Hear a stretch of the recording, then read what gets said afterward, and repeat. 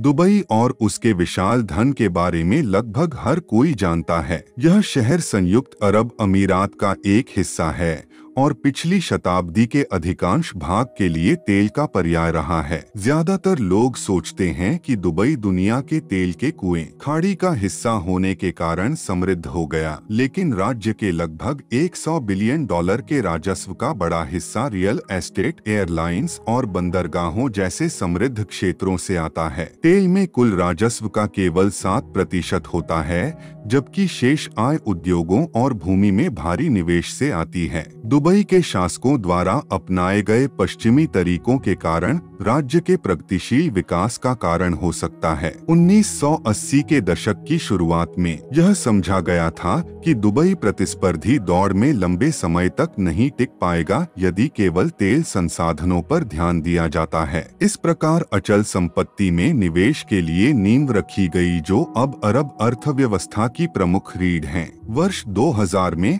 संपत्ति का अधिकांश विकास आसपास के क्षेत्र में होने लगा। इसने अर्थव्यवस्था को एक नई गति दी और सचमुच में उछाल आया। दुनिया ने दुबई इंटरनेट सिटी का उद्घाटन देखा। इसने सभी क्षेत्रों से वैश्विक ग्राहकों को आमंत्रित किया और दुबई के व्यवसायों को लाभ उठाने में मदद की। इन्फोटेक हब पूरी तरह से कर मुक्त था और इसने बहुत सारे निवेशकों को आकर्षित किया। 2003 के उछाल ने कई विदेशी निवेशकों को अमीरात को नोटिस किया और फिर वहां निवेश करने की योजना बनाई। उस समय संपत्ति के नियमों के बारे में सबसे अच्छी बात यह थी कि संपत्ति के मालिक केवल 99 साल की अवधि के लिए अपनी संबंधित संपत्तियों के मालिक हो सकते थे और इसलिए फ्रीहोल्ड नियम नामक कुछ भी नहीं था। यह इस समय के दौरान था कि एमार संपत्तियों द्वारा निर्मित बुर्ज खलीफा, दुबई मरीना, जुमेराह गांव और दुनिया के सबसे महंगे होटल बुर्ज अल अरब जैसी प्रमुख इमारतें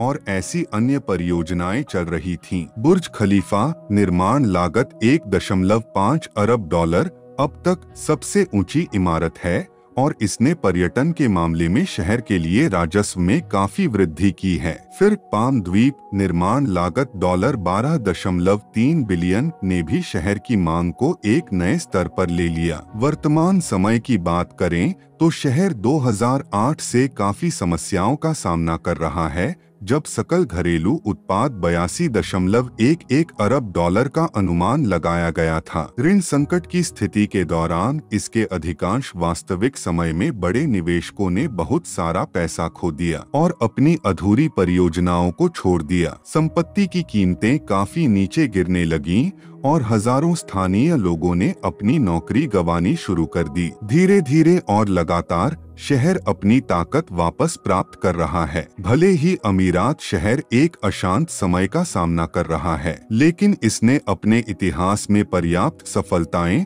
और असफलताएं देखी हैं और एक बहादुर चेहरे के साथ समस्याओं से लड़ने के लिए जाना जाता है। इसकी रणनीतिक स्थिति एशिया और यूरोप के साथ निकटता ने भविष्य में लंबे समय के लिए संभावित व्यापार अवसर सुनिश्चित किया है। इस पर आपकी क्या राय है? नीचे कमेंट करें, वीडियो को लाइक और शेयर करें और हमारे YouTube चैनल को सब्सक्राइब करें।